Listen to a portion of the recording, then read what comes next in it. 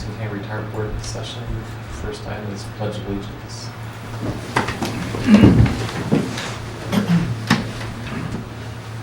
Pledge allegiance to the flag of the United States of America and to the republic for which it stands, one nation under God, indivisible, with liberty and justice for all.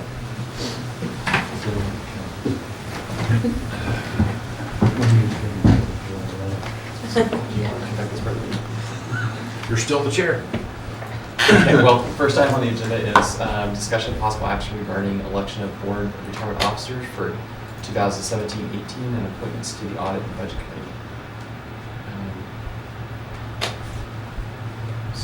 So I don't know if we ever landed on that, but at one point, I'm talking 4 or 5 years ago, we were talking about having two-year roles, and I don't know if that's something that wants to continue, or if you guys want to start. It's up to the people that are sitting in those positions if they're willing to serve in those roles again. But it doesn't matter to me which you guys. I know we had talked about that, having 2 years. I don't know how everybody feels about that. I'm okay with it. Yes. And I think it depends on if everybody's willing to stay in their Okay. respective. So but it sounds like it was discussed, but maybe not adopted as a policy. It was not adopted as a policy. It was just kind of a practice. After Tim, we had Tim Pierce who served for like 9 years, and it was kind of like, okay, that's probably not the best plan here. And then Bob Murata served for 2 years, and then I served for 2 years, but then I ended up actually serving another year because just the situation here. And then Randy, because his part, on the board was only for 1 year. He served for 1, so it hasn't really rolled out that way, but that was talked about. And of course, we have a whole different board now. So I just want to throw that out there as far as, I don't know if that's something that the board wants, or we can move, Catherine up and whatever you guys want to do.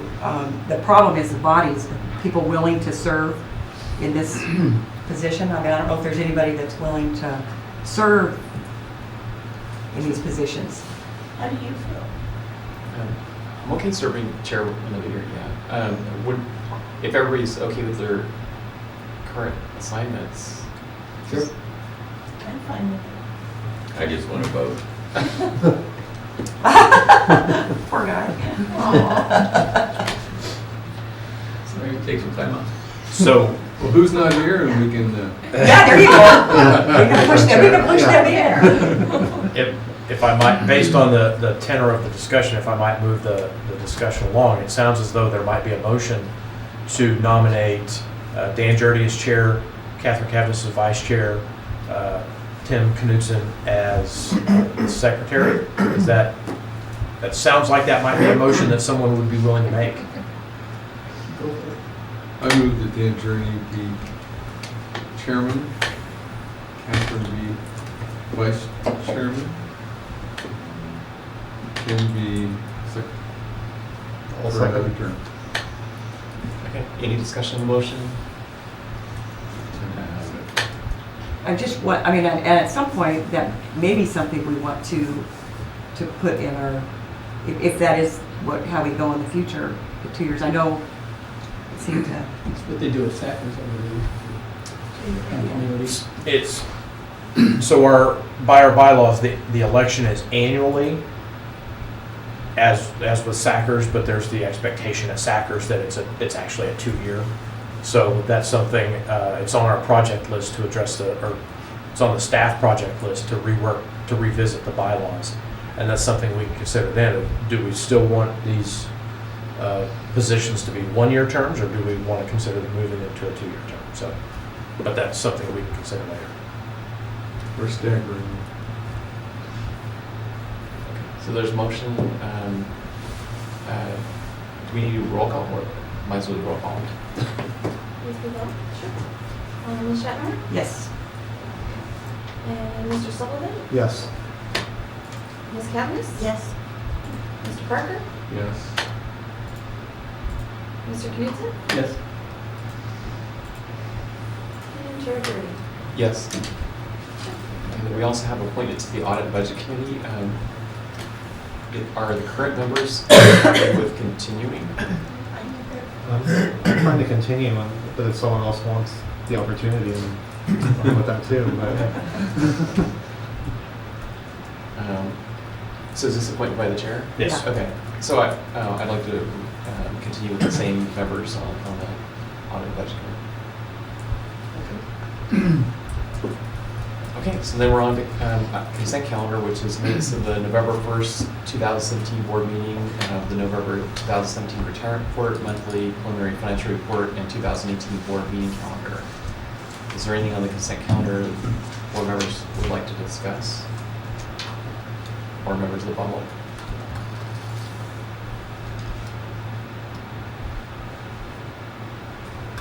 If not, the motion to, well, if not, we'll approve the consent calendar by unanimous consent.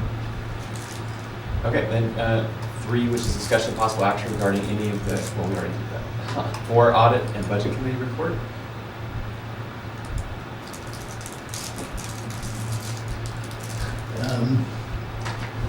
We met, remind me when we met. Was it- Last week, last Monday. And we had a presentation by the auditors. It was very concise. They went over a lot of different things, and we, I believe, had a motion to bring the board the audit report with a recommendation to accept it. That is correct. And Mr. Chair, we do have Ashley Casey, the audit manager, standing by. We can video conference her in if it's your pleasure, or if you want to just skip right past that, it's whatever you want to do. I thought it would be important for the board to hear from her. Rosalva Flores, the audit partner, was not able to join the call this morning, but Ashley Casey is able to be with us if you'd like for me to connect. I think the bottom line is that we got an unconditional approval from our CPA, so that's no defects. Do we want to WebEx her in? board members that didn't hear it want to hear, I guess is that. I would recommend that you at least hear from the auditor, those who were not at the audit and budget committee. I think it's important to hear that. Okay, great.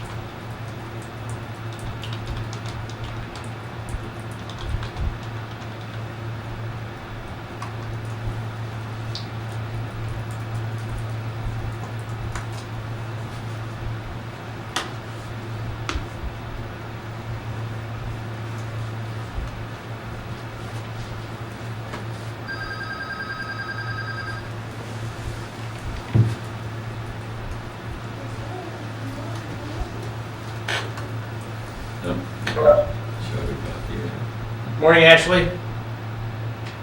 I'll turn you up just a little bit so we can all hear you. Very good. All right. Can you see us? Yes. All right. Excellent.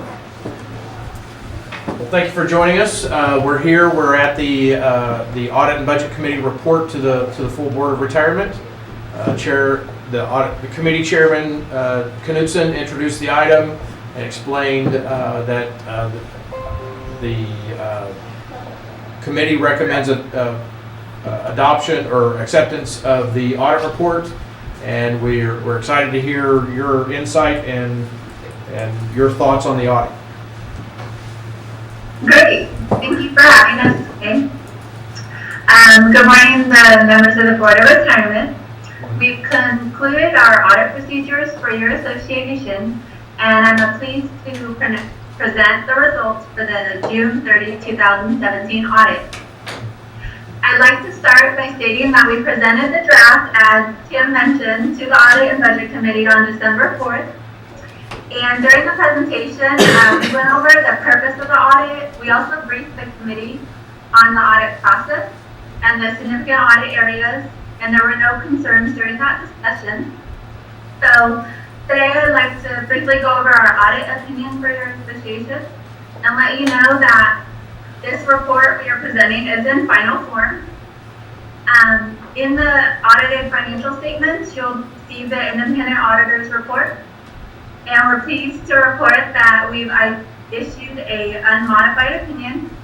This is a clean opinion, meaning that we were able to satisfy ourselves with the account balances, and we were able to conclude that the financial statements did not contain a material misstatement, and they followed all required standards. So I'd like to thank all of the association staff and for their assistance in completing the audit. And I'm here if you have any further questions about the audit. Hey, Ashley, if I may, Mr. Chairman, you said you were able to issue an unmodified opinion. I was expecting to hear unqualified. Can you explain the difference there? Yeah, so unqualified is the terminology that used to be used before the new standards, clarity I standards prompted were that question. implemented. It's been a long time for me, so. Oh, yeah. So unmodified is the new terminology that's being used instead of unqualified. Because most people would get the confusion that a qualified statement was good, and in actuality it was bad. But now they use modified and unmodified for the opinion. Very good, thank you.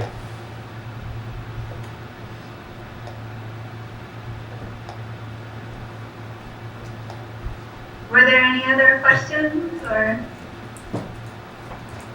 No. If I may, Mr. Chairman, I will say we feel really good about the work Brown Armstrong did this year. There's always some adjustment when you bring in a new auditor. For a while, the auditors outnumbered the staff here, so we had to switch to a zone defense. But they did a great job. We were very happy with their work and the results, and we look forward to working with them again next year. Thank you. Thank you. Thank you. Thank you. I don't have anything further to present. Okay, Okay, thanks. very good. Thank Thanks, you. Ashley. Again. Thank you. Bye. Bye. Get out of here. Top left, lead meeting.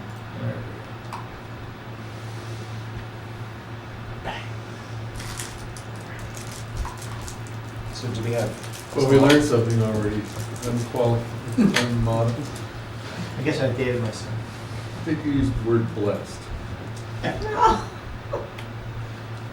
guess it'd be appropriate for someone to make a motion to accept or adopt the unmodified. I believe it's already a motion coming from the committee Oh, okay. and doesn't require a second.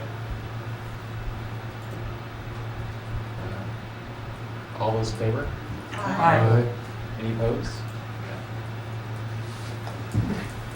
Stan, you don't have anything to comment on the back of the room? Just to echo what Jane said, it's a little bit difficult when you have new auditors coming on, but I feel like they're a little bit better in that they've done a lot more tourism and accountings, and so there's a lot of new ideas that they brought in. So Nice. that's exciting. Okay, that brings us to item number 5, which is discussion of possible action regarding investment matters, monthly investment report. Thank you, Mr. Chairman. Trustees, you have the October and the November monthly investment reports before you. Nothing significant to discuss. I do want to point out the reason you have 2 months is because the 2 months of reports in front of you is the November meeting was so early in the month we didn't have the October reports yet. And the market just keeps roaring along. We're closed the month of November at 514 million. We'll ride this as long as we can. Last thing to note in the investment space is that we finally have the contract executed for the State Street Equal Weighted Index, S&P 500 Index Fund, and we'll be funding that investment this week.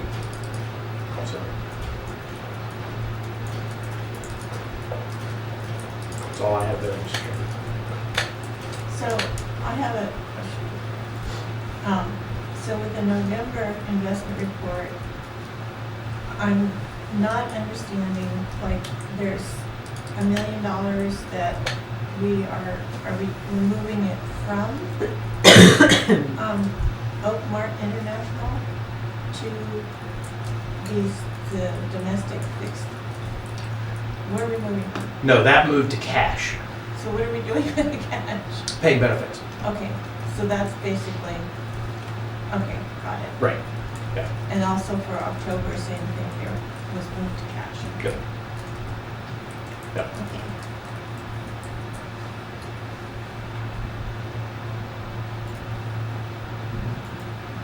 We try to keep as little cash as possible. We want to stay fully invested in the market, and that has benefited us this year, minimizing cash drag as the markets have just screamed along. We've fully participated in that. So keeping a lower cash amount means we may have to go back and pull some more frequently than we did in the past. But the offset is we get all of those gains when the market's doing well. Yeah. So Do we action? I don't believe there's any action necessary. Okay, the next we're on to is the Actuarial Audit Services request for proposals. Thank you, Mr. Chairman and trustees. I feel as though I shortchanged you a little bit in the information I provided you. There was a very, very tight time schedule for this, and I've been reviewing these up until late yesterday afternoon, working our way through that, and Jeff was very helpful in working through some of these. As I mentioned in the memo, we have two proposals from Milliman and Chiron. They're both highly qualified, very capable entities of doing the business. Milliman's a much larger firm. We would be the employee benefits team that would do the audit is out of their office in, I think it's Washington or Oregon, one of those northern states. Chiron has offices across the country. The team that would be conducting our audit is based out of Oakland and LA. There's the fee difference is very, very minor. Milliman proposed a fee of $49,000. Chiron initially proposed a fee of $52,500. Given the opportunity to refresh, they lowered that fee bid to $50,000. Milliman elected to not refresh their fee bid. I would characterize the differences between the two firms as there's really only two differences in my mind. It's a matter of, does the board want someone to come in and do our actuarial audit that has never looked at our plan, has no background and no history, and is truly 100% independent? Or do you want someone to come in who did our previous actuarial audit and is aware of some of our history and issues and can bring that knowledge to bear on conducting the actuarial audit? That's the first difference between the two firms that I see. The second comes down to contracting. One firm proposed very, very minor changes to our contract language that council is certain we can work through very, very easily. The other firm proposed some significant changes to the contract, and some of the changes that were proposed by that firm are similar to what caused us so long to get through the contracting with State Street. So those are the differences as I see them. I'd be happy to answer any questions. Can I add one piece to that? Absolutely. So I think the significance about the difference in the contract response, we gave them a draft of what we hoped the agreement would look like. And I don't know if you're purposely not saying which is which, but the significance of the difference is with regard to the indemnification provision.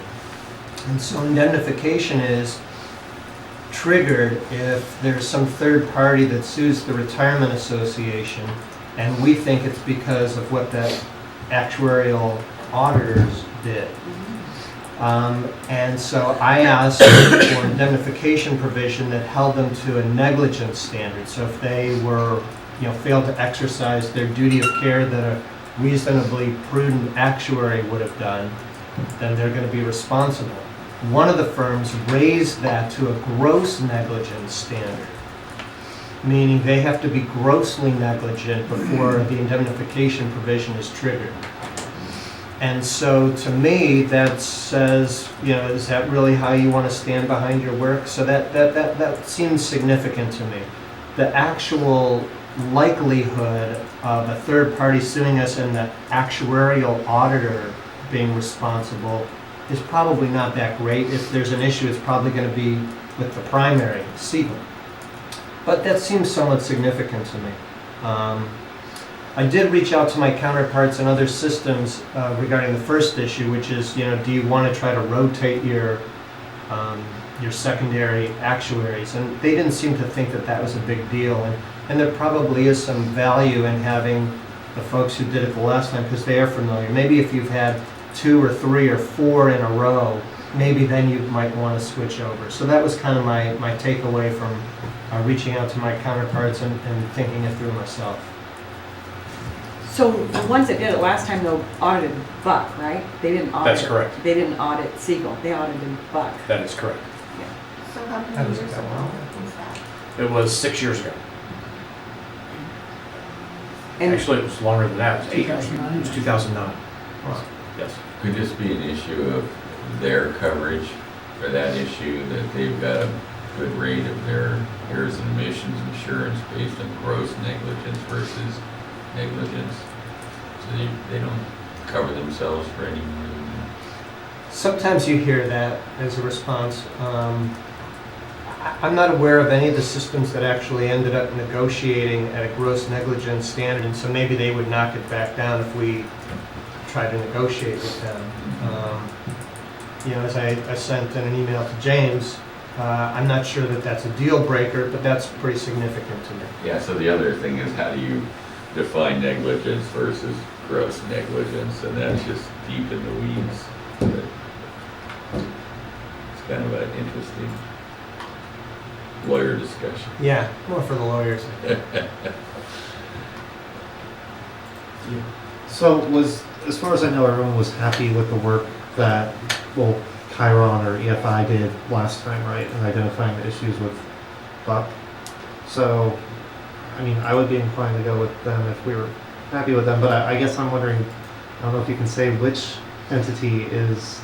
is this Probably. I don't know if you purposely. Yeah, I was being a little. figure that out. Okay, with, Jim. So Chiron bought EFI in 2013. EFI is the entity that did our prior actuarial audit. Chiron is also the proposer that put forth the terms that will be easier for us to work through.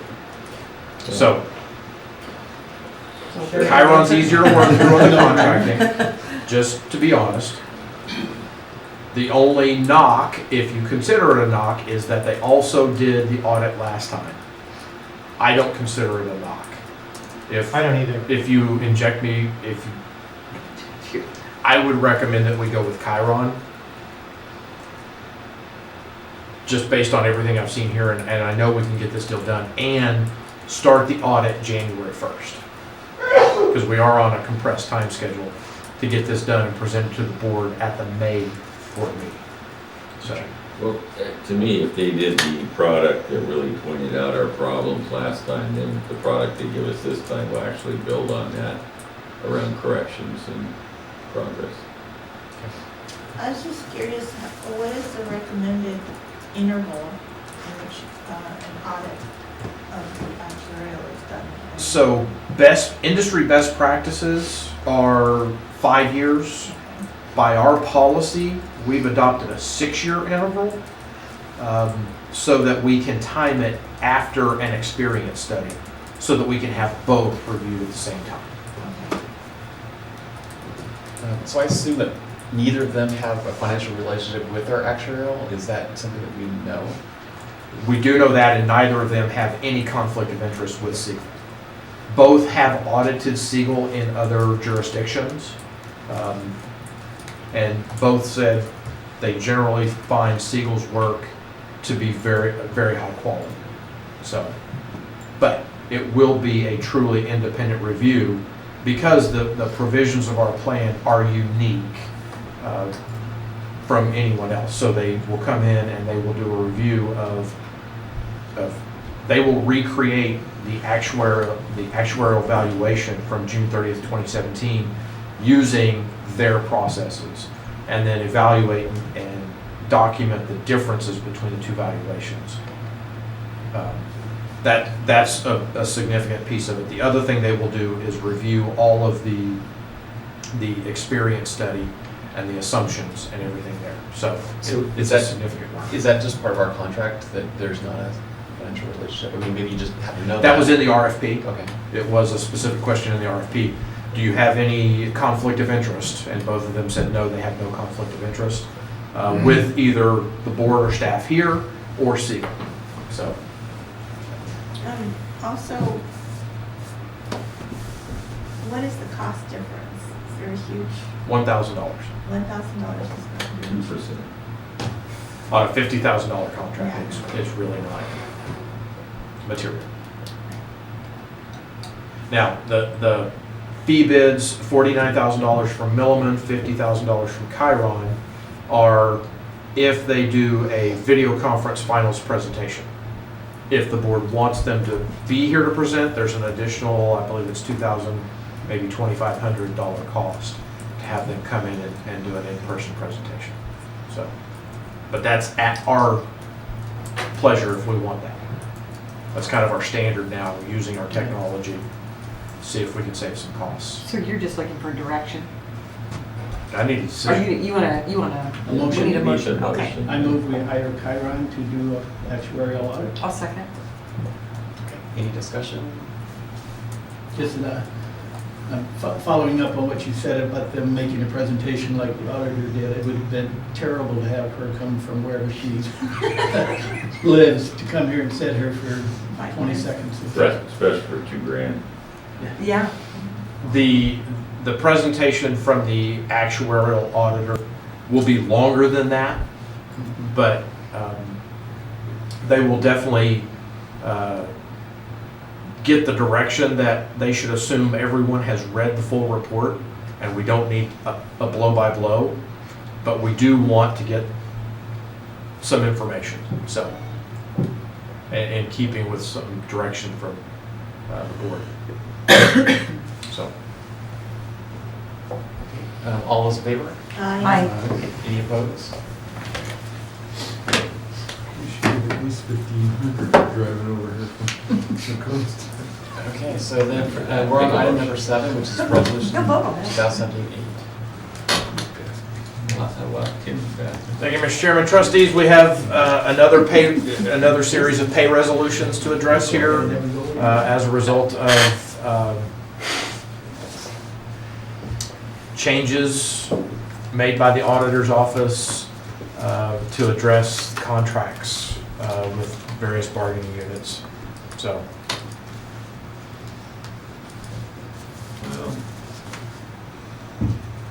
I would recommend Do we have approval. a choice? This board always has a choice.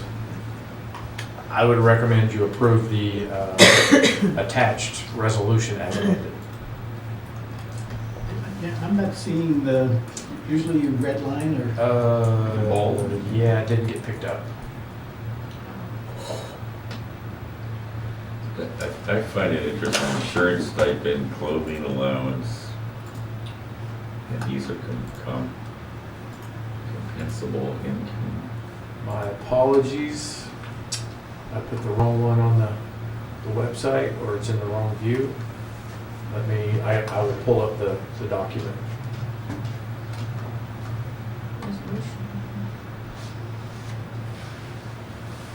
But uniform allowance came in from the Ventura decision years ago. Right, right. Now they can say that.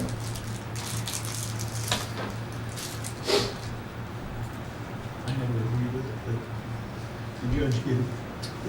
Oh, okay. That's the wrong one. We want this one. Oh, Okay. So with the red line, I have it up here. Changing the dates, as we always do, and adding a new code, 482, for longevity years of service 3. So, I have a question, just curious. Uniform allowance, so people get money to buy uniforms that were necessary, and then they get a pension on top of that? Law enforcement. Law enforcement, yes, sir. Those pay items are included in their pensionable salary based on case law. so there's clothing allowance, uniform allowance, there's 3 different sections, and uniform non-cash. Wow. I think if you look Different Different groups, got it. largely, I think. But I think you need to look at the 2 resolutions in concert, because one's for the non-PEPRA Right. employees and others for the PEPRA. So Right. those hired after January 1st, 2013, see some of those items non-pensionable, whereas they're pensionable for those hired before January 1st, 2013. Here's a question for you, Jan. Other than the car allowance, can you get longevity? No? Can you get uniform for your tie? No. So the only thing that's on here for the suits is car allowance, basically. For the legacy, for the non-PEPRA Got it. members. Got it.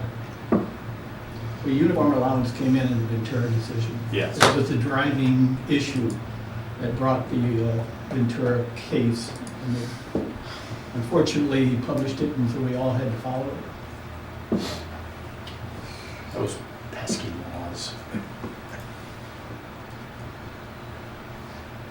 So the first resolution is for the non-PEPRA employees. That is correct. Just So 08, non-PEPRA. That is correct, sir. I think that was the change there for the car allowance. Somebody make a motion. Let's go. Look at, so this is, I move This we is adopt PEPRA. resolution so not included, but yeah, it's too late for the 2017-08. legacy. I'll Yeah. second. We have to go along with this. Well, do you have any, other questions about how this works? I mean, again, it's really like case law that kind of dictates what has to be pensionable, what's not pensionable. Does it actually have an effect? I mean, is this a restatement, or is it actually now going to be an actuarial change due to these changes? No.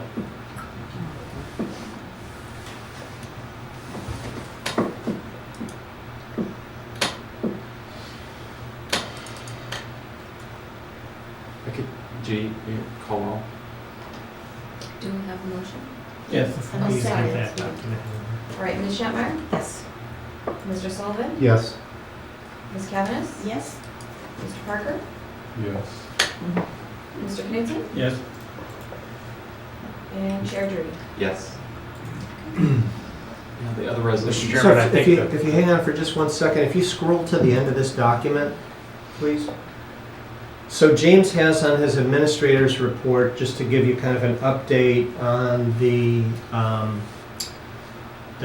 2 pending court decisions that deal with vested rights and whether certain items are pensionable.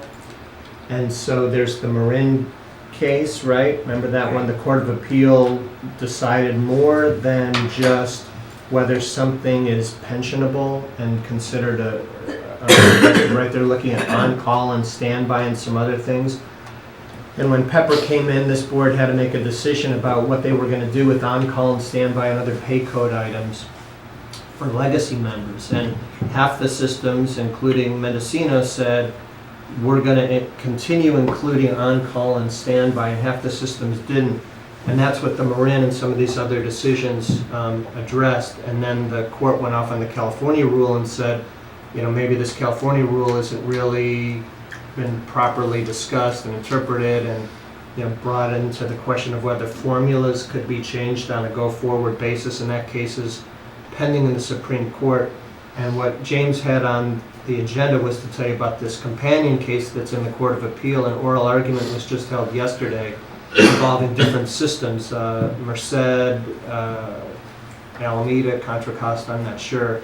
Anyway, the reason that I wanted to bring this up is because if ultimately the California Supreme Court says that on-call and standby should be out for legacy members, at the time this resolution was crafted, it was anticipated that there may be some legal challenges, and so the section that James has highlighted there addresses this. If at some point the court says we'll do it differently, then we'll revisit it. And certainly if the court says those items should be out, certainly prospectively we would take it out, and retroactively we'd have to decide what we would do with that. My guess is probably wouldn't go back and change it. But I just, you've heard me, I think, bring this issue up from time to time, and my guess is sometime toward the middle or end of next year we'll have a decision from the California Supreme Court on this. So I'm just trying to keep our attention on this issue. So the further resolve is basically saying we're taking this action based on current understanding of state law, court rulings, etc., but those could change in the future. Exactly.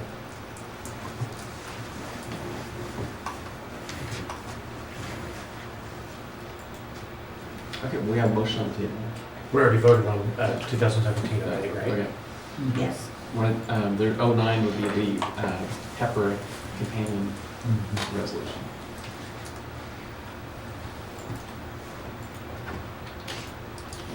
And again, you can see it's changing dates, adding the 482 for longevity years of service 3, and that is the only impact in the resolution.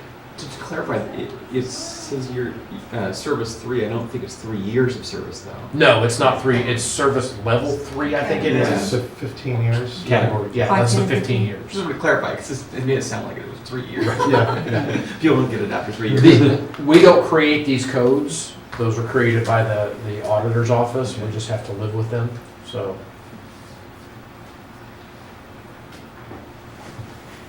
I would recommend approval of resolution 2017-09. So moved. Second. Okay, motion on the table, any discussion? Do you want to call roll? Ms. Shatmeyer? Yes. Mr. Sullivan? Yes. Ms. Cavanagh? Yes. Mr. Parker? Yes. Mr. Knutson? Yes. And Chair Jordan? Yes. Now we're going to your report where you talk about the pending court cases. Thank you, Mr. Chairman. Trustees, you have the administrator report there. So as Jeff mentioned on the previous item, the consolidated case, what's being called the consolidated case, oral arguments were presented yesterday. I've heard no information or feedback from that. But I think it's clear the courts are taking a hard look based on the information that was shared with the parties involved. I think it's clear the courts are taking a hard look at the California rule, and that will be a significant question going forward. If there's any questions on that, feel free to ask Jeff. We are having a conference call next week.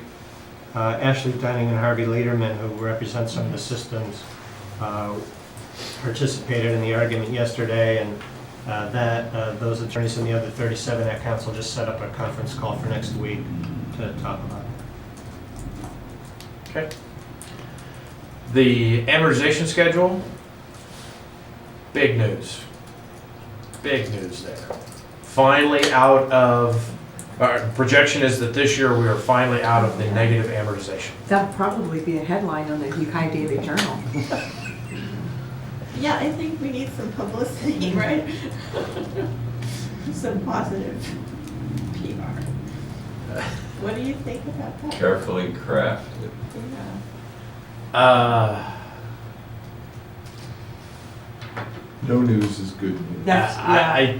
I think I attended a meeting yesterday and was asked for what's the news with the retirement association, and I pointed out that our unfunded liability was now over $200 million, which was news to everyone in the room, and I said, exactly.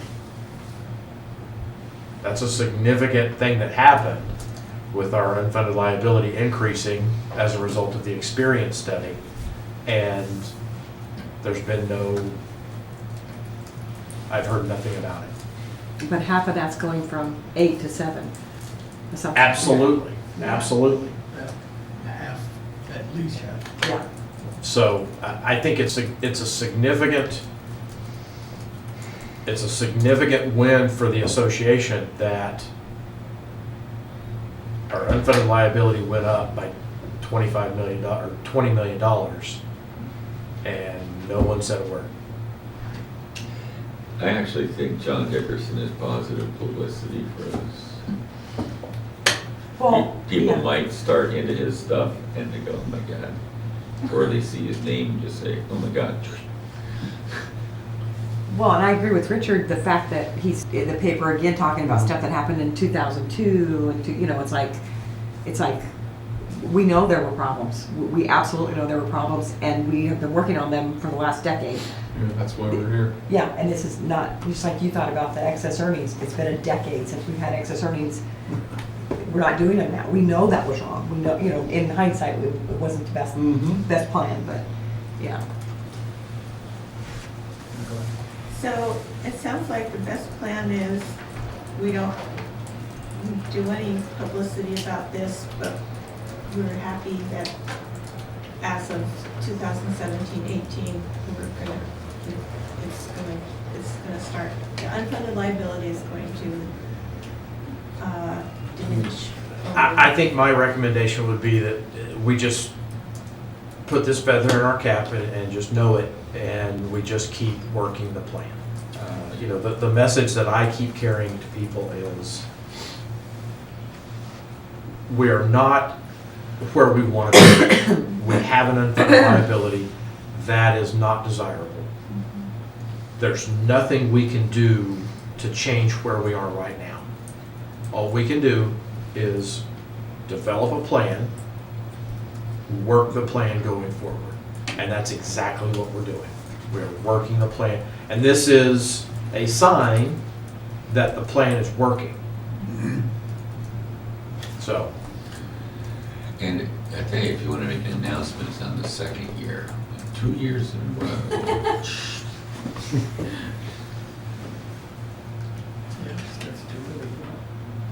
Okay, the RV Coons comparison is there for your interest. We had a good year. We had a good year overall.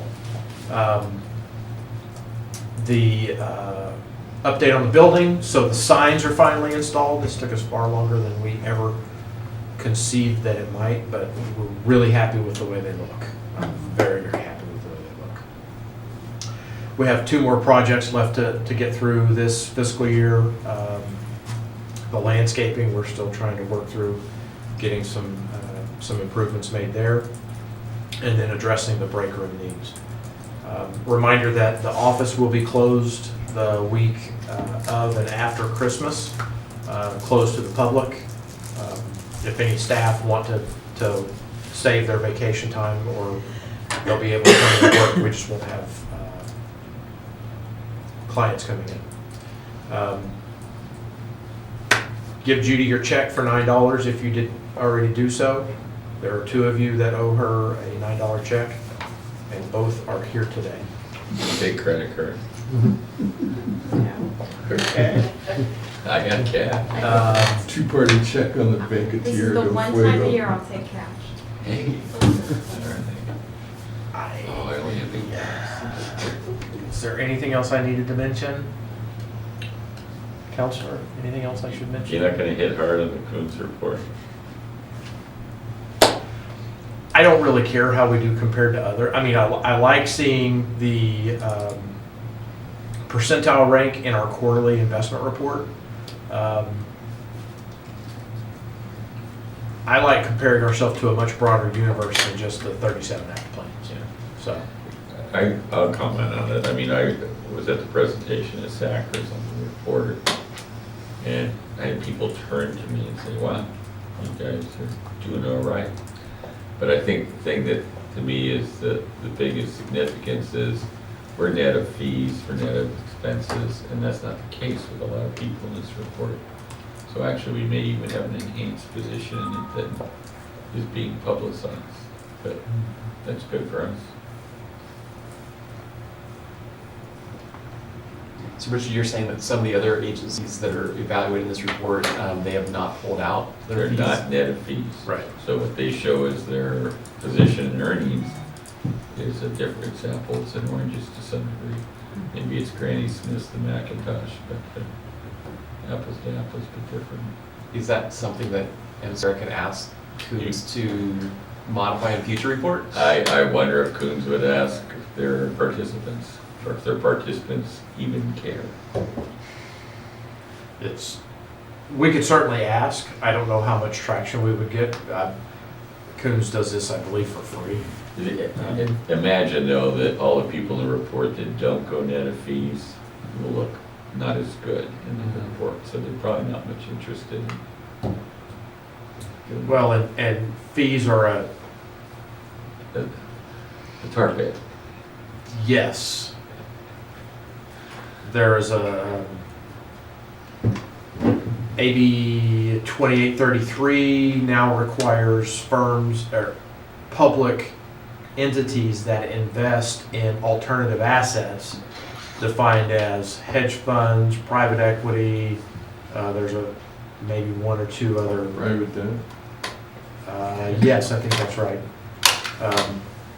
To report fees, the fees they pay on an annual basis. And the intent is that it's all fees, including carry. And this really came out of some issues at CalPERS, where there was a question put to the CIO by, I believe, a trustee. How much are we paying in fees on our private equity portfolio? And the investment staff had no idea. It just, we don't know. They're getting net of return. Now, they were getting really good net of return numbers, but they don't know, or net of fee numbers, but they don't know what the fees that are being paid underneath there. So there's been a lot of effort in California and nationally at getting better fee disclosure from the illiquid investment management. So we don't have that issue because we don't have anything that qualifies as an alternative investment. Wasn't there, James, something in the audit that showed our fees and broke it out into two different types? Yes, so we pay two different types of fees, either the direct or it's not called indirect, Stan, is it? It's at the fund level. At the fund level, yes. So we have, is it just one manager now that we're paying direct? We have two now. Okay. Something that's next. Oh, yes. So we have two managers that submit an invoice to us and we write them a check for their fees. All of our other managers, they net their fees out at the fund level and then report the return to us as a net of fees return. I was surprised the one was over $3 million in one of the columns of the audit. Yeah. That's the one where it's taken out before it's reported to Right. us. Right. And that's, it's an estimated fee from, that Callan helps us calculate. But it's a very real expense that we're paying and we know it's there, so. So, for instance, looking at the Kuhn report where it says 1 year annualized total fund returns, we're the fourth from the top. And that would be net of the fees that are taken out before they, but it wouldn't be net of the $300,000 or $400,000 that we pay direct to managers? I think that's correct. Stan submits that information. I submit it based on Callan's report, and they net out the fees, so everything that Callan reports is net of fees. Oh, okay. That's what- Okay, so it is This would be net of totally net. everything, yes. And again, we're the fourth from the top in the one-year return, and about 20th or so from on a 5-year return. Again, net of fees, and most of the others aren't. Well, I wouldn't say most. I would say all the others aren't. We're the only one who uses mutual funds, and that's why we're net of fees basically, is because they're taking on their bids. If you ever look at a CAFR of the other systems and bring up the page on what they're paying investment managers, it's not a page, it's page after page after page, millions and millions of dollars that are being paid to their investment managers. But in cash, not in being net of fees by a reporting issue. Okay, thanks. That concludes my report, Mr. Chairman. And the next item on the agenda is strategic plan offsite follow-up. Yes. So I presented you the information. You can see, put a little more color around all of the different projects and showed you the ranks of where everything ranked in the importance survey that most of you completed. I did want to share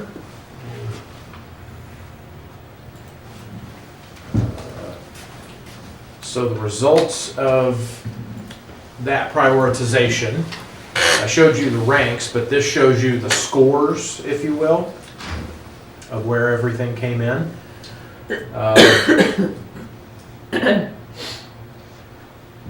And for the sake of discussion, I wanted to also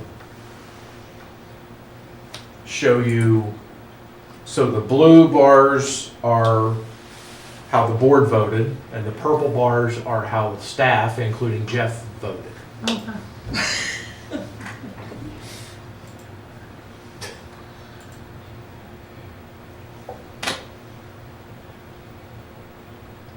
And these projects are ranked in the order by which the trustees said they were the most important.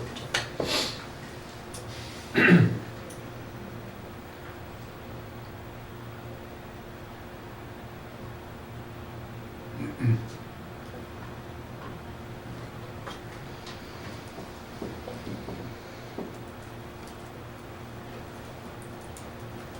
keep losing it when I go back. Yeah, that's fine. I look at it with one eye.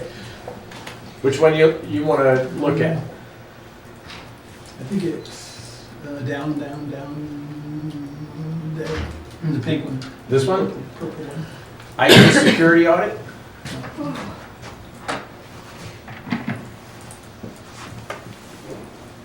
Still makes the list. So what happens when you add those together? Like you put the purple on the end of the blue and they all are compared. I don't have a pretty graphic, but I have the numbers.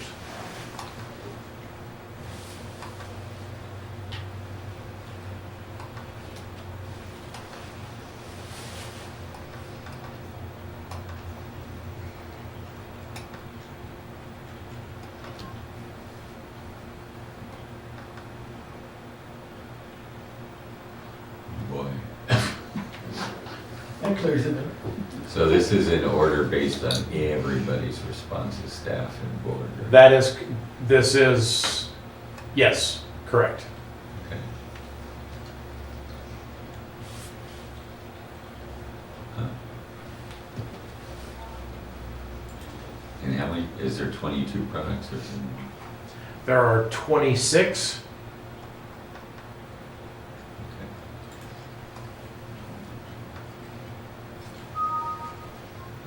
Now, is there any analysis of the, what I'll call accomplishability, the difficulty or time to accomplish? No. None at all. That's something to consider, right? That's something for management to consider, right? That's my thinking. You tell me what the priorities are, and I'll go work with the resources that we have to see what I can accomplish in a reasonable time frame. And then money-wise. So to muddy it up a little bit here, when I worked with the particular CAO at the county, he had a policy of responding to board members at a particular hour level. Like, if you have a particular thing you want, I'll give you up to blank hours, and I'll do it.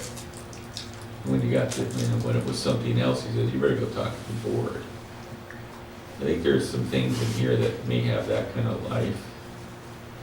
That, James, I'd love it if you would think about that kind of policy initiative on your behalf, run staff, support staff. Just a thought. That way, if somebody had something that might take 2 or 3 hours, we don't want to derail people, but for board satisfaction purposes, it might be worthwhile. Not that anybody's dissatisfied right now. Right. Well,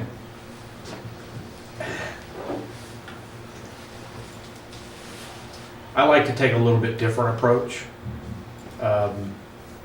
because I do have 10 trustees. If I start carving out, I can do up to so many hours a month for each individual trustee. Pretty soon that significantly eats into my time. Yeah. And I think it's also important for what we've been trying to do as a board, that the board speak with a voice in giving direction. So the survey here showing the importance that the board, and I started here with what the board said first. And I apologize for the size.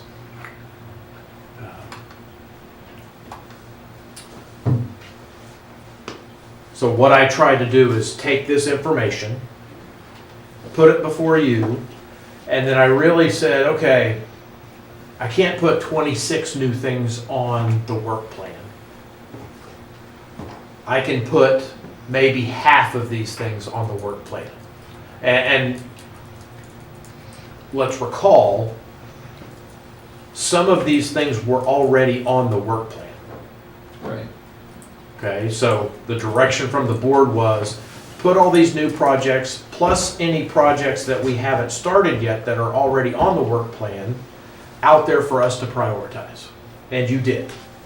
So my initial cutoff was at a 2.5 score. And that captures, I believe, 12 of the 26 projects. It may be 13 of the 26 projects. So POB 1-pager and above are on the draft work plan that I put before you. So Doesn't mean we won't do these other things. We'll keep them in the queue. We're just not going to put them on the work plan right now because I don't know that we can get to them. I would love the board to accept the concept of combining the pink and the blues, and I'll say in a sense to get to kind of a reality, because you look at this, well, the line you just had at the very top, the DRVC plan? yeah, who's going to implement that? The county of Mendocino, not the retirement system. What's that in English? Disaster recovery business continuity plan. Oh, I'm sorry, I read it wrong. I was thinking that was the defined benefit. No. Okay, sorry. The last one here, plan closure research, Yeah. that was, it was the lowest rated by trustees, and it was even lower rated by staff. Yeah, More than a few staff said, nah, that shouldn't even be on the work plan. yeah. So, yes, ma'am. So, some of these things, like, okay, like for instance, the PEPRA, what, is that PEPRA impact? I can't read what that says. Yes, PEPRA impact analysis? Yeah, so that is very high, but there's probably a pretty large cost to that, and maybe not in staff time, but in actuarial time, right? And so it almost feels like on some of these too, it would be nice to know like what would be actual staff time, maybe what you would estimate as staff time, and then how much dollars for outside time, because it seems like a few of these may be more actuarial things that could have a pretty good price tag on them, and do we want to go that route? And that's not necessarily, I mean, although you'll be working with the actuary, that's going to be mostly the actuary's time and money. Right. Right. So it seems like that's in a little different category than stuff that we want, would like you to do. Okay. And the PEPRA changes, that's only gonna be to the positive side and not the negative, right? In the actuarial. It's a You mixed hope. bag. Yeah, you hope. Not but you don't know. necessarily. Yeah. Oh, okay, so. it's I mean, not- there are contributions are generally less for PEPRA members, but because they're not age-based. So someone who joins the retirement system at a later age as a legacy member has much higher contribution rates than someone who joins at a later age as a PEPRA member. So the benefits are also less for the PEPRA members, but the contributions are less as well. Oh, okay. No COLA. Right. Right, is huge right, for PEPRA. huge. Yeah.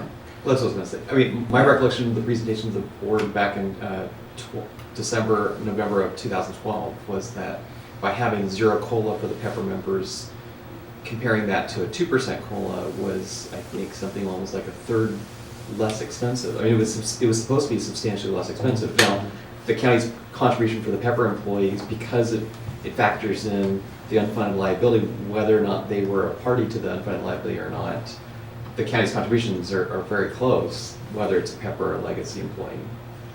But it was characterized as a significant cost savings at the time because of no COLA. And in the long term, I think it is, because the COLA is an expensive component of a DB plan. Very expensive. I also think that a lot of like new hires are possibly not really aware that that is part of the new package, because it really devalues a pension to have no COLA. And we do have the option to revisit that. It's our county decided that. So the other factor though is the employees are not paying into that COLA, where the Yeah. legacy employees are paying into yeah. Well, then that. there'd be a buy-in. And then you have to have a buy-in. You right, got to exactly. have a buy-in. For any after 20. And actually, I'm with you. I think that it's a bit of a disservice that there's no COLA. Right. Well, for it's employees, but- very similar to the insurance situation. Everybody hired after 1998, no I insurance, and all of a get sudden that. it blows up. But I know somebody who retired from a private corporation 30 years ago, no COLAs. This person is getting pennies, Right, right. basically at this point in his life. You're Can these making me PEPRA feel employees bad. buy in? Could they put in? Sonoma's the more in their only plans? system that doesn't have a COLA. Not into We don't have a PEPRA COLA. the retirement No, association. They there's no can't save COLA in in a Sonoma. offer comp. Anytime. In IRA, they can pay Well, they'll IRA. live to be 90, or leave Yeah, them you to have be no 90, COLA, have right? other income. Yeah, Sonoma County has no Yeah, COLA. yeah. Well, although all Mendocino County employees are also dual enrolled in Social Security, which does have a COLA, have the option of Yeah. paying into a 457 plan. So there are other means by which people can see their retirement increase over time. Yeah, I guess I don't want to get into a philosophical discussion of what people get when they're old.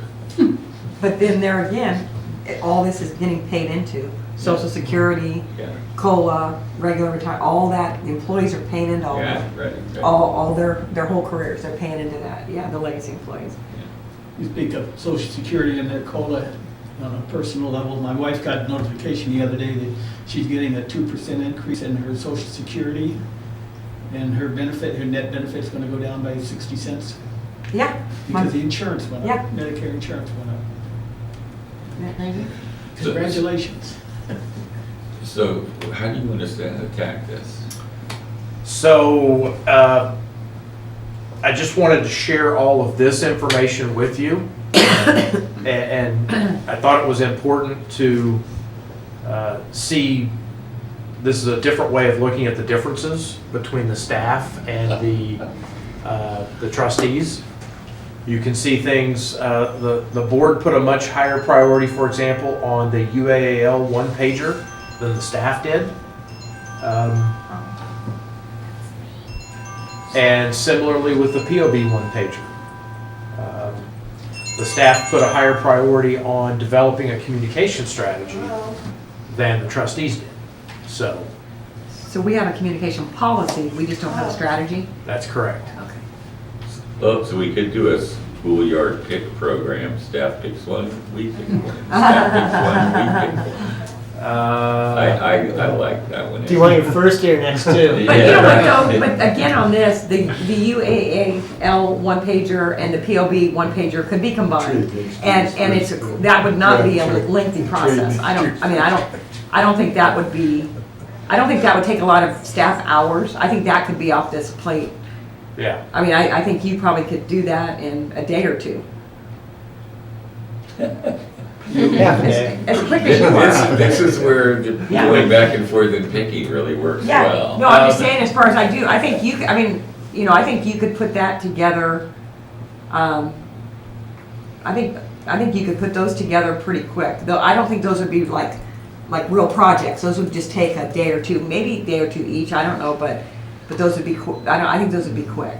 So I took all of that information and trying to make life easier,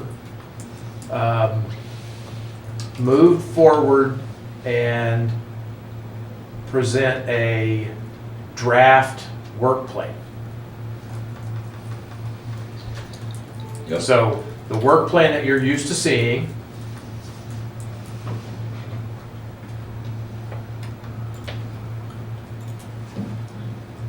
and this is very much a draft, so everything in red has been added. So under our objective of 100% success in the monthly delivery of benefits, we would add a disaster recovery business continuity plan. I am currently working on that plan with a deadline of second quarter of 2018. Risk assessment gets added. The legislation proposal, I question whether 2019 is the right timing on this, given that it was not one of the highest priority items. I believe it came in, where did it go?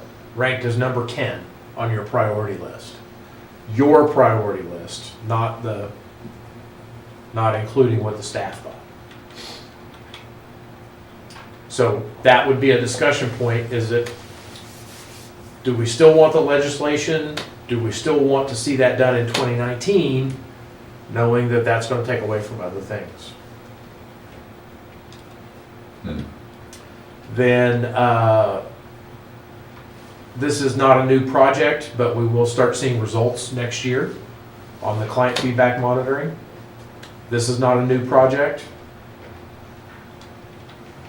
Down here, under communications, I put the PEPRA impact analysis, the UAL one-pager, plan at a glance documents, and a POB one. And these are in the order by which the trustees as a collective said they were important.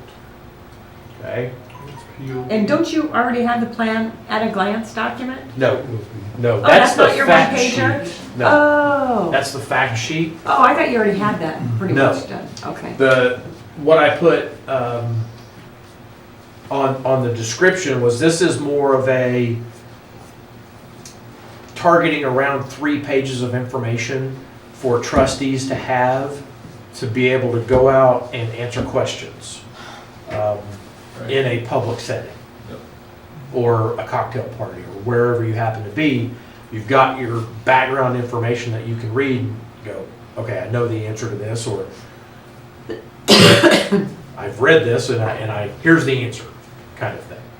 Talking points. Yes. So all of these under the communication, my concern is that do we start doing things before we have the strategy, or do we take the time to develop the strategy and then figure out what we're going to do? So the PEPRA impact analysis, the UAL one-pager, plan at a glance document were All higher priority items according to the trustees than developing a strategy for what we're going to do on communications. Good point. My thinking is you want your strategy first, then you figure out what communication pieces do we want to produce.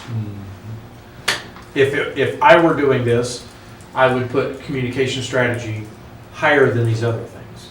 I'd say that's what we want to get done first, then figure out what we do. So what's the work time on that? I don't even know yet. It almost feels like that would just even be one big project, all of it. All of these research things, No, all of that whole section, the communication strategy, to me, it almost like it is a communication strategy, and then within that communication strategy is the two one-pagers and the plan, you know, it's almost like that's one big, I mean, I get it that you're separating them out because you have to do tasks, but I'm just saying, it seems like one big project that has Well, several pieces to it. in my mind, the strategy is developing your plan first. Right. It's, here's our objectives within communication, Right. and here's how we're going to go about doing that. And then underlying projects are communication pieces. So develop your strategy, develop a plan, then start creating pieces of communication that fit within that plan and strategy. So are you saying you want to do the communication strategy and basically like just take the other three and just table them? Like not even have them on here at this point? No, I think they can be on here, but I think the strategy should be first. Figure out how we want to attack things in the communication realm, and then start doing that, rather than, I prefer the ready, aim, fire approach rather than fire, ready, aim. I step in an elevator and I get shot and I have no defense weapon. If I have a UAA, I have one pager, I got my defense weapon. I don't need a strategy how to use it if I don't have it. And there, I mean, to me, that's board education, that's not even communication. So, Okay. Well, it almost sounds like you're both saying the same thing in a different form, because I do think it all goes together, but I think there are steps, and so,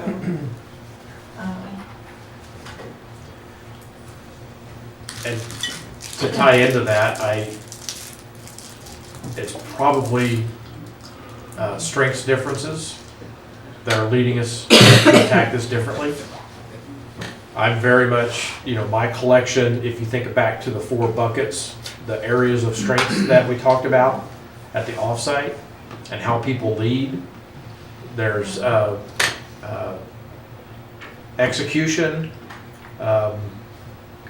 influencing.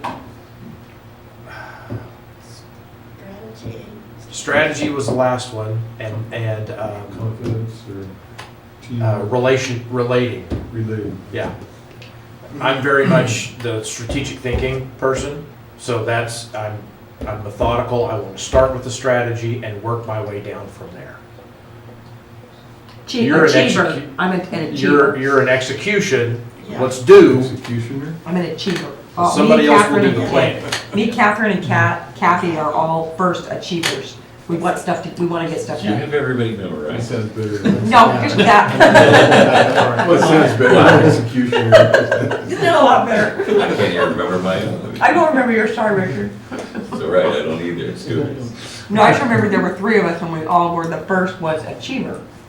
That's what we do. We want Yeah. to get stuff done. Yeah. and you want to have how to do it. So I guess I'll I go want to back. have a plan before I start doing things. Absolutely. So my question around how long does it take to do, when's it get done? Because if you're gonna put all the other parts of it behind it, it's like, huh?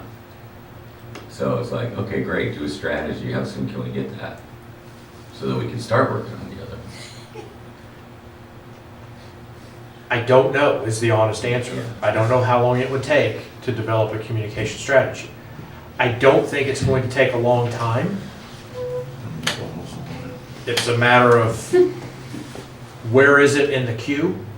And there are a lot of very important things that we're working on right now.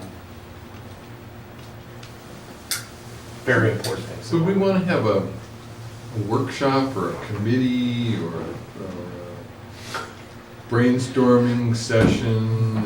But what do you think? I'm not proposing it. I'm just. What do you think about it? I think the reaction is everyone knows how much I dislike committees. Not a committee. Brainstorming. All right, you're not invited to committee. This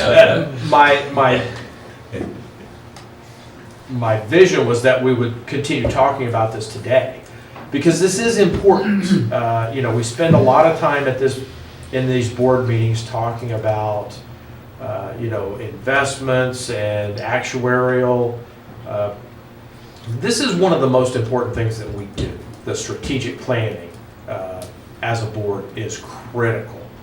It's all about making sure that you as a body are on board with the plan and know what we're doing, and staff has clear direction on what we need to do so that we can get that done and report back to you. So I think it's appropriate to do with the full board.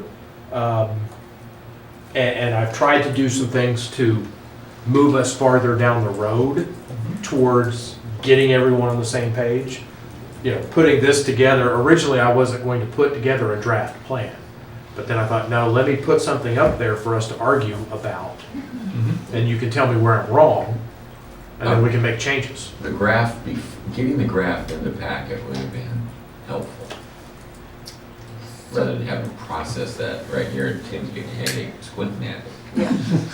So, why can't we just take, or have you take the first, pick a number, 5, 6, whatever, and come back next week or next month and tell us the dollar amount and the time that you think those top, whatever that number is, whatever the board wants to do. It could be 6 or 8, whatever. What is it? Because I still go back to the fact that you may have some low-hanging fruit here, that if it's something that is high on our priority list, that we can do that, and it's going to take you a day or two. We may say, hey, let's get that one off our plate and get that one done. And then money, we need to figure out if we're going to want to budget for that, if it's that important. That would be my thought. Yeah, it's like the A-list item may be the recovery plan, which could take weeks and months. And the C or D item is making sure there's soap in the restroom, but Exactly, right. I can just walk over there and put a bar Right. in, and I'm back to the A list. Right.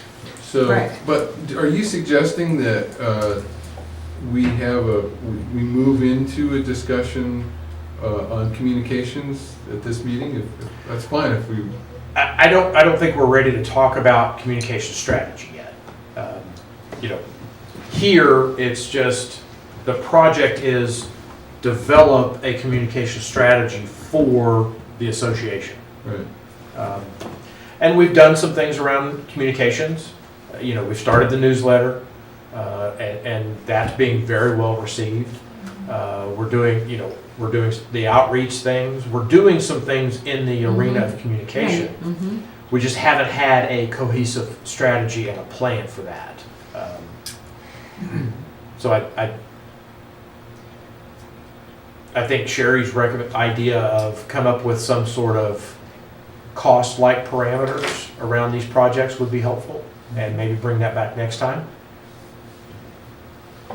We've got plenty of work to do between now and then. We're not short of work. We have, the existing plan, the historical benefit review project is still underway, still going to take a lot of time. We're still working diligently on that.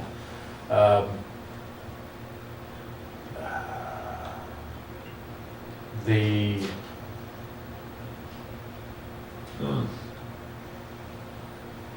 So there's what I call low-hanging fruit, a meeting with the BOS. But somehow we've lost our ladder or something. I don't know. So Richard, you're dying to have a joint meeting? It's been on there a long time. well, it wasn't. They're there every Tuesday. Well, then they turn the red light on and make you sit down. Where did that come in? It wasn't as highly ranked as I would have thought. I think it's under the 2.5. Came in and ranked as the number 13 priority. Just out here. Just outside, but it's still on the plan because it was on the plan originally. So, And does that come under communications, or is there? I believe that's If you're gonna under- have a meeting, you need to have a purpose for a meeting. And that's true too. That would be, What's that the could, purpose? that could fit into this, yeah. Mhm. To me, the purpose would be to provide sort of an update since the last meeting. Here are the, 12 things that the Retirement Association has done in the last 2 years. Communicate. What's that saying, if you, in lieu of information, people make up things? Yeah. Very- And when they make up, We should have a full board they exaggerate. discussion about the reserve policy. I think. About the retirement, Reserve the pension policy. gap reserve. Yeah. I think that's worthy of all of us sitting together and talking about in public. I think it would be worth discussing after going through the accomplishments first. And now wouldn't it have been Right. smart to have put this money in the fund when the board created this reserve? Yeah, you gotta do a sandwich. Talk about nice stuff, talk about tough stuff, talk about nice stuff. More strategy. Move that into the communications I, category, I think. it is under communications. BRI joint meeting, it's under communications. So, actuarial audit, we're starting that now. Plenty of work to do around that. Stress testing actuarial studies was a big one. That I think could be very educational for the board. See some good information from that. That's a new project added here. IT security audit. I think that's something we definitely want to wait on, probably not have a deadline in 2018. The county is embarking on developing an IT master plan currently.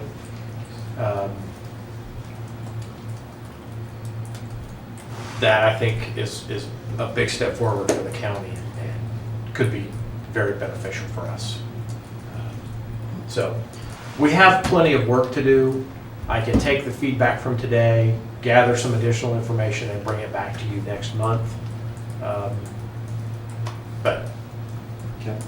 I had a question about the IT master plan. Is that something that's gonna be outsourced? So the county did issue an RFP. They hired a consultant that is going to coordinate that effort. It requires input from a lot of people, a lot of county employees. As far as the first step is the assessment, where are we? And then the identification of where the county wants to go with IT, and then how do we get from here to there.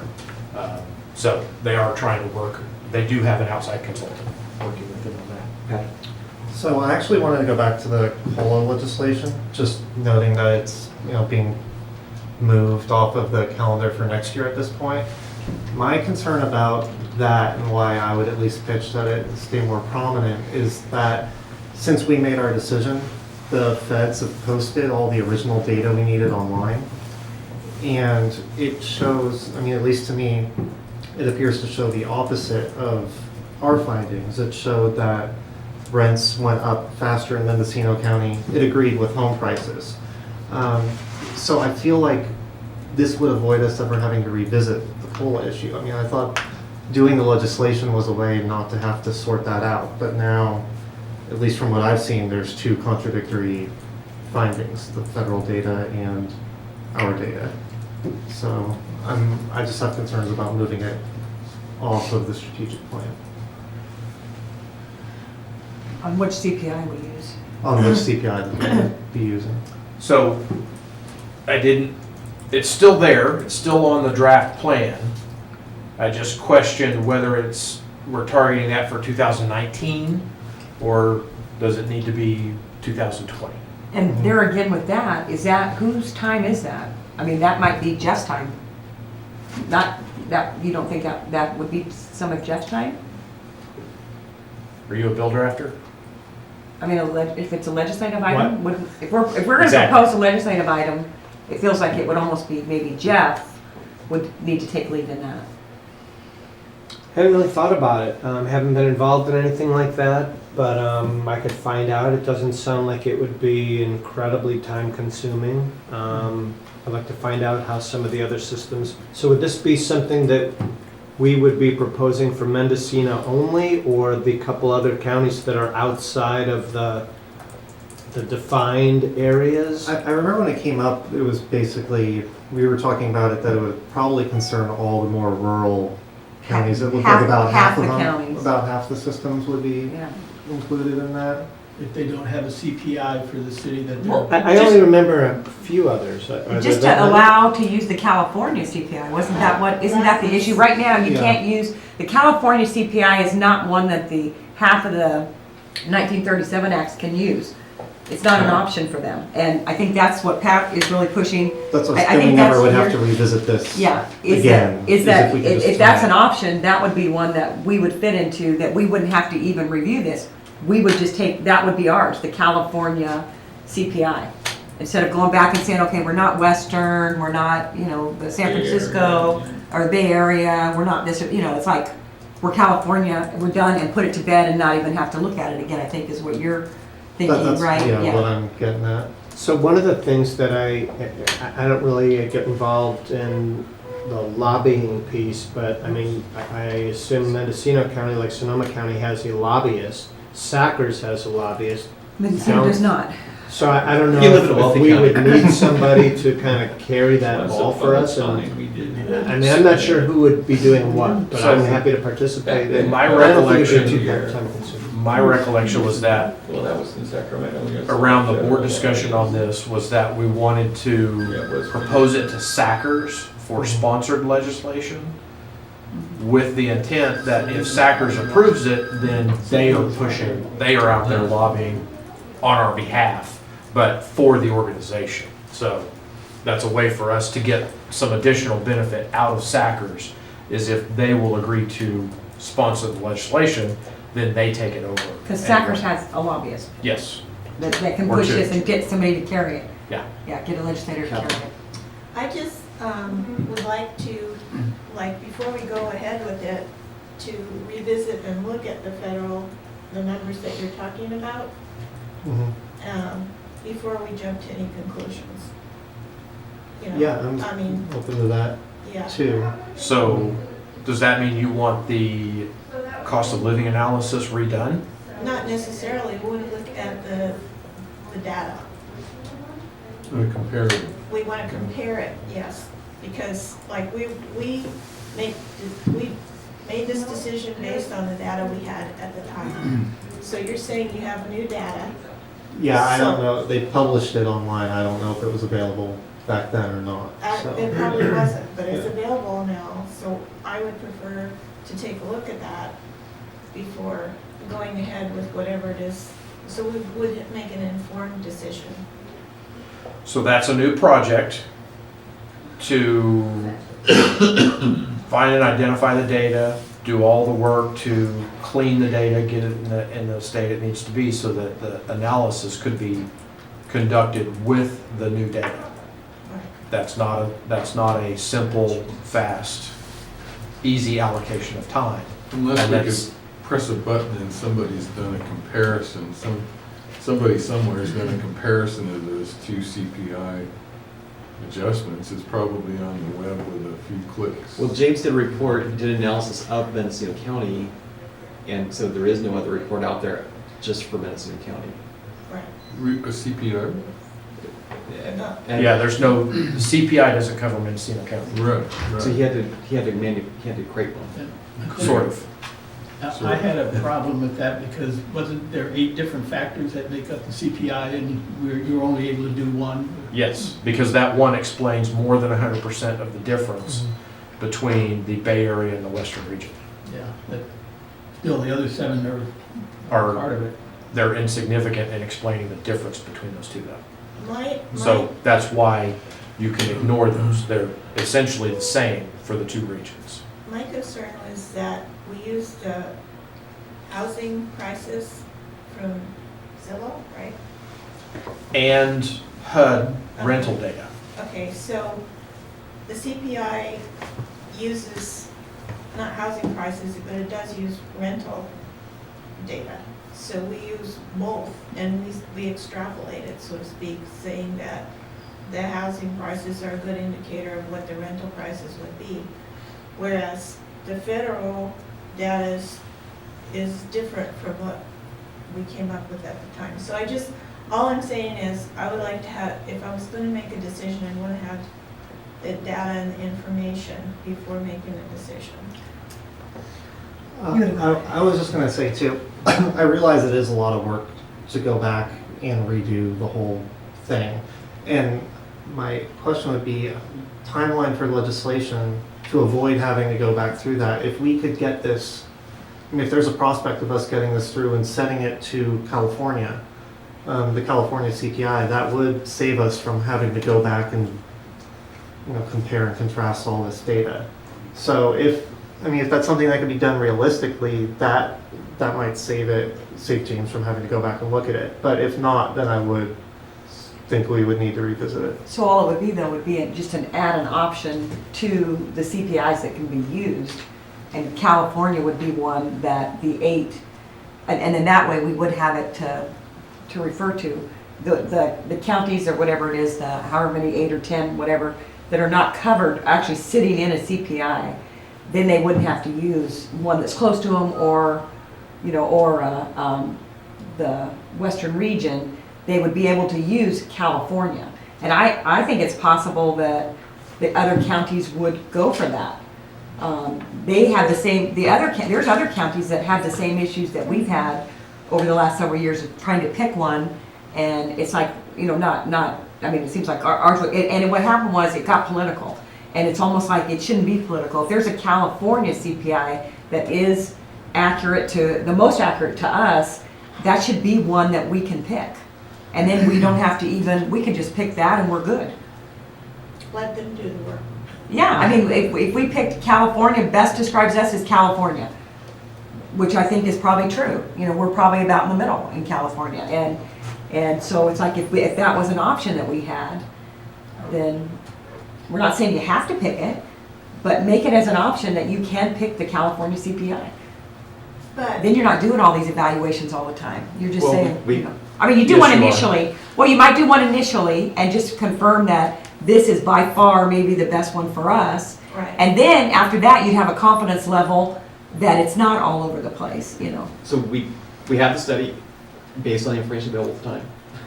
And we also said that we were going to revisit it every 5 years. So we're revisiting it before 5 years. But at that time of that discussion, one of the remedies was that we would get a legislative item to go back in whenever Yeah, that so was. I agree. I'm saying Yeah. I don't see Yeah. why, Catherine's I- our representative at Yeah. Sackers. I don't know why, we can't just be lobbying for the California option. We have to But submit I still think we should be on our 5-year track, which is. I'm to- not talking about that at all. What I'm talking about is the fact that when we made that decision last time, one of the things that we said at the end was, with that, we will try to get the legislative fix may be to have the California CPI, and that we wanted to do that. And who knows how long, it may not happen in a year or 2 years. You could present it in 2018. It might be a 1 year, it might be a 2 year. We don't know that anybody's even we don't know that Sackers will adopt it. We don't know that we'll get a legislator to carry it. And it could take 2 or 3 years. So it's one of those things we need to get moving on, because 5 years will be here before we know it. And that's what I was afraid of, is if Yeah. we push it out, then Yeah, Right. this just isn't gonna happen. Yeah, I'm on the ledge committee for our state association. It'll take, There's- I've seen the there's legislation move US through SAC, but it'll take 5 California years to get it to the end. It's US and California. There's a whole bunch of. So, groups, right? I don't see why this can't be a board action in terms of trying to advance the legislation and not take up James's time. But I don't think we should ask James to update his No. report No. until the 5 years are here, so. Yeah, I don't think, I mean, Catherine mentioned that, I don't think I think what it is it's the legislation that we're trying to get moving, not I mean, that's up to this board if we want to bring that back before the 5 years. That's not the intention right now. The intention is getting the legislation in place so that the next time that we need to look at this, whatever this board determines that to be, we'll have that, we'll have options that, maybe better options than what we've had in the past. So that's apples and oranges, really, Mhm. the legislation versus data as to what our county is doing, so I get that. Yeah, yeah, so I mean, the first thing we need to do is keep that legislation, get it rolling so that it will be, 2-3 years from now. Well, I agree, so that's Yeah. a board activity, not staff activity. I think it may be a Jeff activity. That's why I'm saying, it goes back to the time things, time studies. I don't know. Interesting. Okay. I mean, you would definitely be involved, but I think that would be illegal, because what we'd have to do is submit a proposal to SACRS to say, we want to, present this to the SACRS Ledge Committee. They would probably approve it or not approve it, but So if they why approved can't it. a couple board members write that proposal? We have some legal minds here. But you don't have to draft the legislation, you just have Yeah. to say, this is what we want. We want a California option to be one of the choices. And a couple of us are very experienced at working with Jim Wood, Mike McGuire as well, right?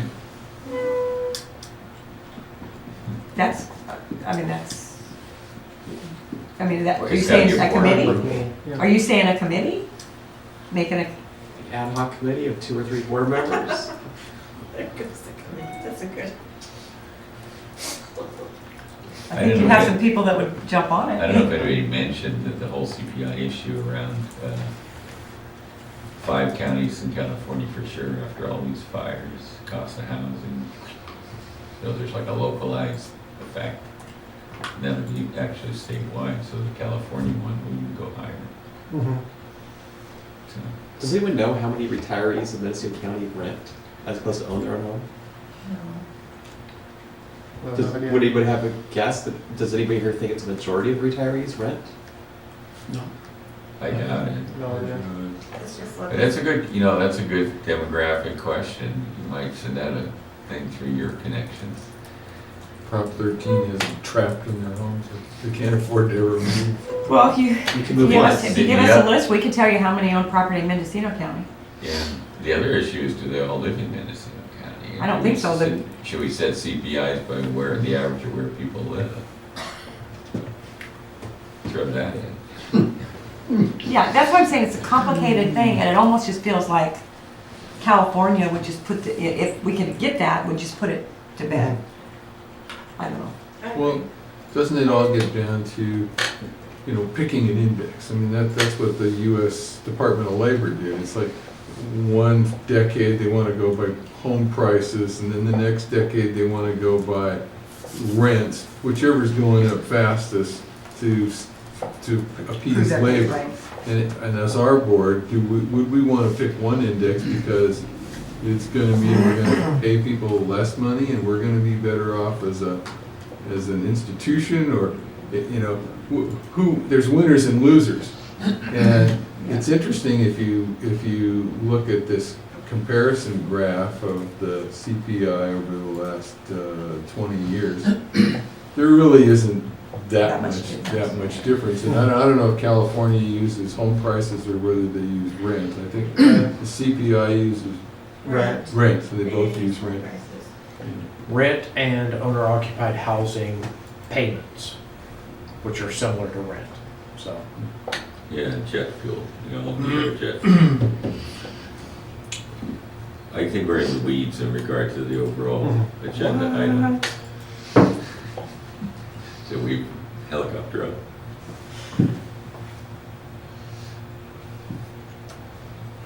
Well, I think we have a proposal from James to come back at our next meeting based on discussion. Mhm.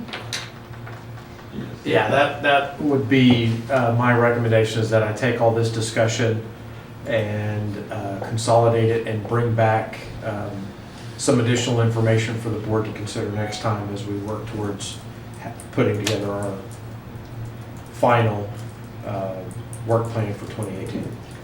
Yeah, and I think you've already, by putting the top ones that are clearly front runners, you've already added those, which I think is really good. Well, this is still draft, Okay, so Well, it's hard to see. but I mean, because you're of the blue, already, but- the one you're already starting the project. Oh, yes. Yeah. Yeah, So, I I had mean, started that's- that before you told me I could. Okay, so I mean, It was that's, critical. that's good, yeah. Yeah. So in next time's presentation, I would appreciate the big graph of all of comments, and then top 6 staff, top 6 board. That's the Okay. list. Some are on the griddle and some are in the crock pot. There you go. Can, are we done, I have something I'd like to bring up if we were done with So it. this on board member. I had the good fortune to attend the California Institutional Investor Conference in Napa last week, which was very educational. But what comes to mind is at least 3 or 4 of the panelists brought up that investors and some pension plans already are working on strategies to preserve their gains in the market. That the market's gone like this, and they don't believe, trees don't grow to the sky, and markets are subject to corrections back towards the mean, and some pension plans are making plans to go to all different investments, some to cash, to preserve the gains that they've had. And I think that the topic is really timely. I mean, we are really flying. Ouch!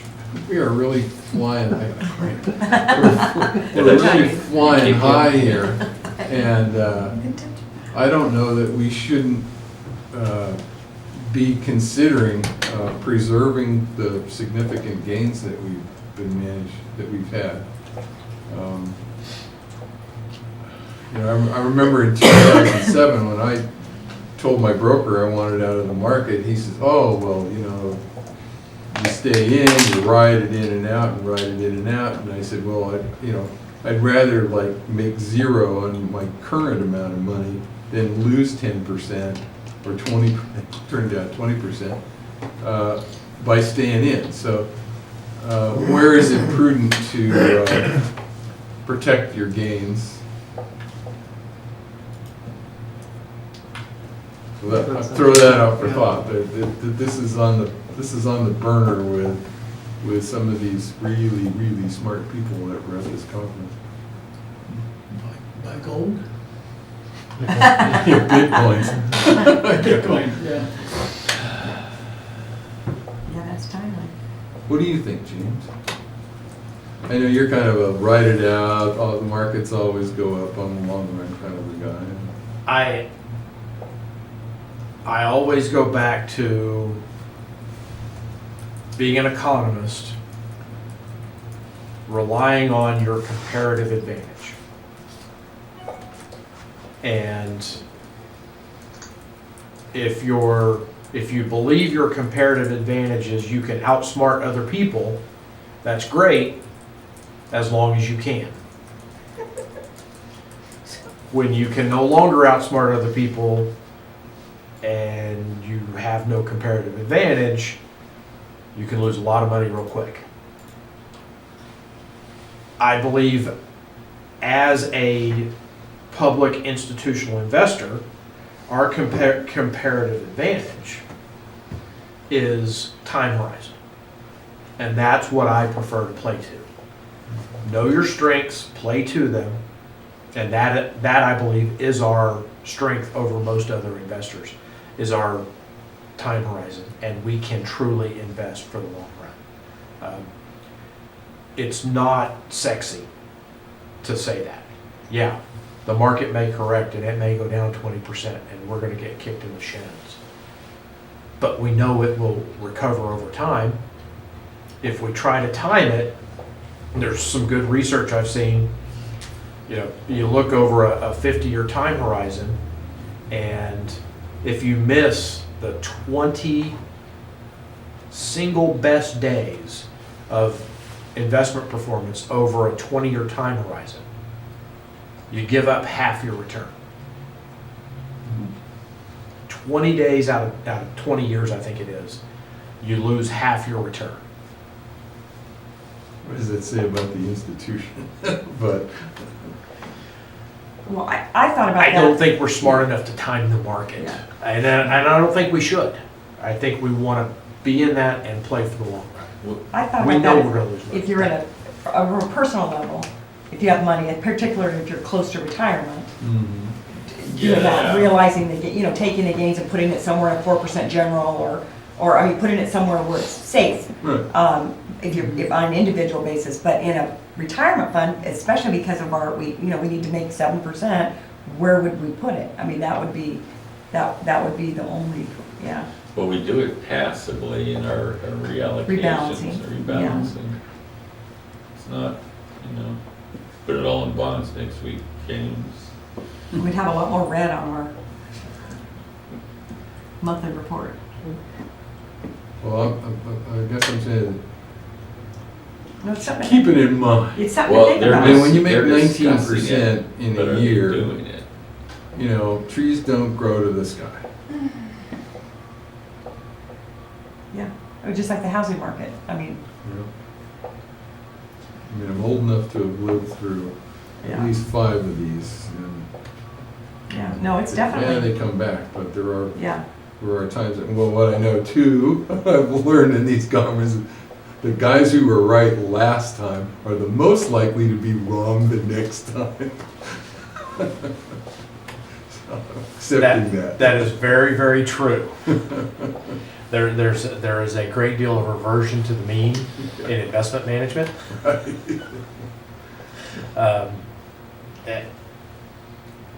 Know your strengths, play to them. Are there any other general board member discussion items? Well, I had a question about SB 671. It was in the Sackers magazine. I was wondering if anyone knew anything about it. It was talking about that would allow each county's board of supervisors to, it sounds like, make the contribution to the retirement system whenever they chose. They could make it all at the beginning of the year. They could, continue whatever their regime was before. But I'm just wondering, does that make it totally unilateral, that it's up to the BOS and the Board of Retirement doesn't have any say in whether it's annualized or monthly or if it's... Is that the issue that we traded some emails on? The It's a slightly different issue because this is proposed legislation. I haven't heard anything about that. I don't know if I haven't looked at the bill. Okay. What's the number? They presented It it was Sackers. SB 671. They presented on it at Yeah. Sackers. And it sounded like it was a decision by the board, but there was some issue about a discount rate if they did that, which for us, I'm not sure. How Yeah, that's what I was wondering, is if they chose to do it, what happens? That is an issue that Jeff and I have communicated about after last month's board meeting where there was discussion about the pension reserve fund, whatever. yeah, That $4 there's million. two things that need to be. There's a number of counties, so the Board of Supervisors can elect to authorize an early payment of contributions, and it has to happen within the first, I think, 30 days of the fiscal year. There are a number of counties that do that, and generally there is a discount that's offered to the sponsor if they make those contributions at the beginning of the year. But not always. So hypothetically, if, and it's usually that discount is tied to your assumed investment rate of return. I am aware that a number of plans offer the full discount. There is at least one plan that offers a discount of 1/2 of the assumed rate of return. What does that get them other than a higher unfunded liability? it reduces the total dollars of contribution that have to flow out in this current year on the assumption that they're going to earn that assumed rate of return over the year.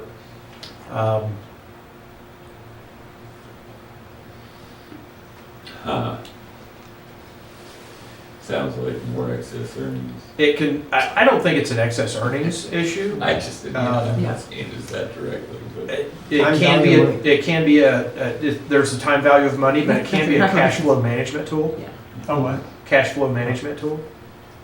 So SB 671 is the legislation that starts January 1st, that you can do these contributions more than just 1 year in advance. That's what SB Oh.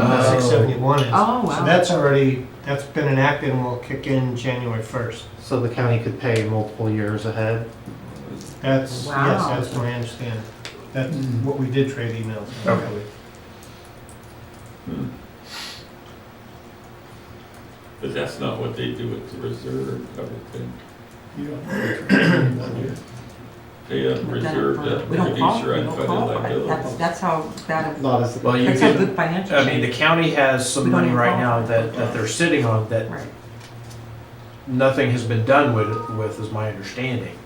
Yeah. And there have been some I've had some very preliminary conversations with the CEO about it. And we intend to return to those after, in the new year. Some conversations about what could be done potentially with that money. Well, the fact that it's sitting in the treasury pool, which is hardly, making 1%, Yeah, where it could be over here making a heck of a lot more money Right. is the issue with that, so. And what to do with that money could be complicated by, there's, who knows what's gonna happen with the county's budget as a result of the fires. yeah. Property tax, Right. There's just no way to know at this point. overtime for So- response. Well, I think there's hope that the county will be backfilled by the state, but that's not a guarantee at this point. Partially, for sure. Any other board member items? Oh, just on the calendar, we kind of went through that quick. So there's suggested alternate board meeting dates and that kind of stuff, and because we approved it, we're just going with the suggested, right? Okay, and then I was just curious, in July, it says an alternate board meeting location. Is that the coast? Yes, Okay, that's the plan. okay. That's one of those that didn't even make it onto the list for you to vote on. You just did it, I yeah, just did it. okay. And it was there for you to talk about last month, no one really mentioned it, so. And then you adopted it by unanimous consent today. Okay, if there are no other board member discussions, items, we'll take a 5-minute break and then go into our closed session. Was that John Ball, who did the 24 hours? I can do process. No, actually, it was Scannell. Yeah. The board voted unanimously in all three cases, Pyoff, Romandia, and Robeson, to grant a service-connected disability retirement. Okay, so 10:49, we're adjourned. Merry Christmas, everyone. 4 minutes off, way to go. It's your fault. Did you say 11? 10:45 was my over-under. Well, you're within the 5-minute zone of, what's that, the variable, standard deviation. Oh, not even close to standard deviation. Our standard deviation's gotta be